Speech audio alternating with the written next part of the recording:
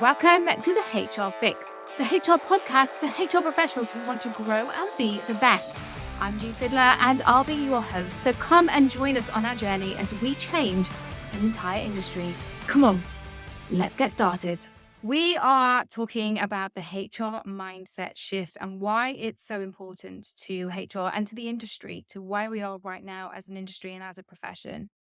And I don't think that training works. I don't think training can work. It's not possible to train people on every single issue that we need to be trained on and to keep up to date. We know, we've talked about it in this series already, that HR needs to keep up and the world is changing and employee cultures and values and just the way that we behave and the different millennials that are coming up, the way that we're behaving is different. You can't train on all of that. So to have concepts and principles in place that mean that you know how to deal with these things, you know how to approach them, because we always say, whether how you approach a simple HR issue and a very complex one is actually the same. Because if you've got the principles, you've got the confidence, then you've got all the skills and all the tools that you need to deal with either. So that's really not an issue. But I think that's why training doesn't necessarily work. I get asked a lot by a lot of HR professionals on social media and all over the place when I'm recruiting for HR staff, and I do it internally, I do it for my team, I do it for my company, I outsource HR company, and I also do it for a lot of our clients. And when I'm recruiting for HR people, what are you looking for? And it's this old fashioned sort of idea of, am I looking for qualifications or am I looking for experience? And I think both of those have problems. Qualifications, for example, and we've talked about this a lot as well, is that people know the theory of HR and the background and the history, and that's all great.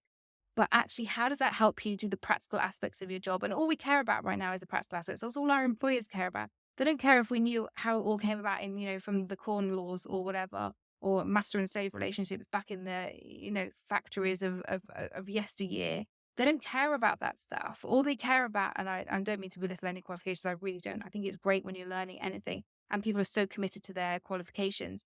And I think that's fantastic for many reasons, including the fact that you're learning a discipline and you're committed to your career. And that's amazing. I'm certainly not knocking that. But what I'm saying is, it doesn't give you the practical skills to be able to walk into your job and do it straight away. So if somebody's walking around now saying, I've got the best master's degree, I've got the best CIPD qualification, I've got all these wonderful things, and they're expecting that they can do their job straight away, that's not necessarily a sign of success. That's not necessarily something that we should be recruiting towards or seeing as our own goal.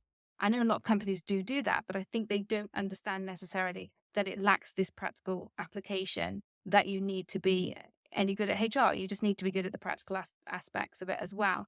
So that's, just recruiting to qualifications alone doesn't necessarily take account of that, which I think is a huge problem for the industry. If you're then looking at experience, that again is not so straightforward. If you're recruiting for experience, then we know that there's plenty of people who have been in roles for many, many years who have learned the wrong things from their managers and from their managers' managers. And this all sorts of gets passed down. And it's what we call inside of our concepts, making bad decisions and getting good outcomes. That happens a lot because you've got employees who think, I can't bother to bring clear. I had it the other day, an employee came to me, you've got a perfect constructive dismissal claim. We know it's really hard to prove constructive dismissal. It's one of the hardest things to prove inside a tribunal.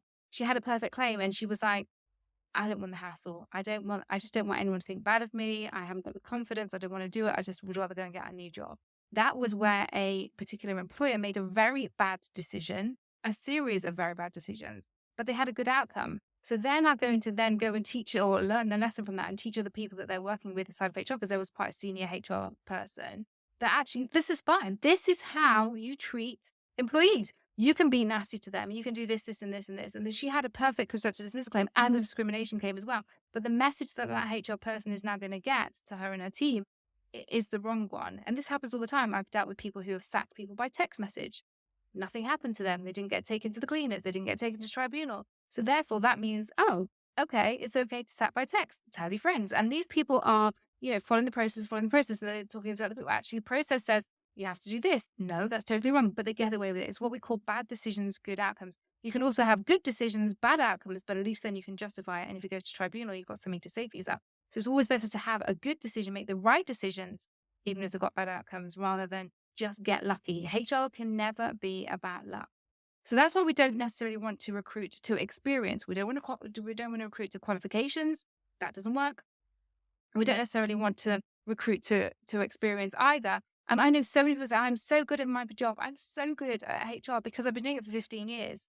What have you been doing? Well, I've been doing recruitment. I've done a couple of gross misconduct, a couple of TUPEs, a couple of redundancies in those 20 years. You think, well, that doesn't make you an expert. And actually, those were situation dependent and they happened a very long time ago, before the law changed or before the Equality Act or whatever, when there was different rules in place. That doesn't mean that you're experienced. That doesn't mean that you're good at what you do just because, you've been doing it for a long time. And I think one of the red flags that I see now is somebody saying to me, well, I must be good at HR. I've been doing it for 10 years. Doesn't mean anything. That just means, if anything, you don't understand what HR is, because you don't understand the changes. You don't understand that HR is forever moving forward. And it's all about this understanding and this wanting to learn. So I don't recruit to experience, and I certainly don't recruit to qualifications. The thing that I'm looking for, and the thing that I believe that all HR need to show that they've got to get ahead and to be successful in HR, is their mindset. And it's about having this growth mindset. It's the difference between having a fixed mindset and a growth mindset. A fixed mindset is these people that I'm talking about. I've got my qualifications 10 years ago. I'm done. I don't need to learn anything else. HR hasn't changed. I can just keep going as I am. The same rules that applied 10 years ago are going to apply now. And that simply cannot be HR. That's why a fixed mindset doesn't work. Fixed mindsets are the people that say, I'm happy where I am. Growth mindsets say, I'm not happy where I am. I want to be learning more. I want to be understanding. I want to be developing. And that has to be the definition of HR, because as we know, we talk about it all the time, but even since COVID, the challenges and the issues that we have to deal with as HR are forever changing. I remember years and years ago when I saw my first fit note that came in about an employee, and it said they were suffering from SAD disorder, seasonal alteration disorder. And I was like, what do you mean? I've never heard of this. What is it? I'm out of date. I'm out of touch. I don't know what it means. And is it disability? Is it something for reasonable adjustments? Do I need to get an occupational health? And that's how we should be feeling about all of these things. And I see HR professionals today seeing things on sick notes that they've never, personality disorders or things that they don't know anything about. They go, oh, okay, fine. They're off for a month and they store it. No, wait, what? We have to understand this. We have to be wanting to learn every single day. A good HR professional is somebody who's learning all of the time, and they're open to learning. They're wanting to learn. They want to change. They want to develop. And it's this growth mindset that we need inside of HR. And it makes all the difference. And people say, oh, well, fixed mindset, growth mindset. What does it matter? I do the same things every day. I'm just doing recruitment. I'm just doing offer letters. What does it mean? It's about our self-development. It's about us setting our own goals, our own targets, and understanding and gaining the trust and the respect from those that we're working with, not just the employees, but also our employers. Unless we're developing, unless we've got something to bring to the party, unless we know how HR is moving forward, how employment law is developing, then what are we bringing? How are we bringing value? How are we keeping up to date? How are we protecting ourselves as well as our organizations, as well as our companies? This is a huge challenge for us. And this is why we've put together this series. This is the last one in this series. This is why I put together this podcast series on the HR Fix, which is all about fixing HR, but also why we put together our HR growth membership. And it's how you keep up to date in the most simple, the easiest, and the cheapest way possible. Just literally, we deliver it to your front door. It's a magazine. It's all about cases, and it's all about learning from other people's mistakes. That's what we need to be doing. We need to have an open mind. We need to make sure that every single day, or every single week, if you can't manage every single day, but we're bringing a question attitude. We're bringing a, why did that happen? What does that look like? Why am I doing that? That process doesn't make any sense. So question it. Why are you doing that? I am giving you permission from the whole of this series. I am giving you permission to think differently, to have your growth mindset, to be different from bad HR. We don't want to be bad HR anymore.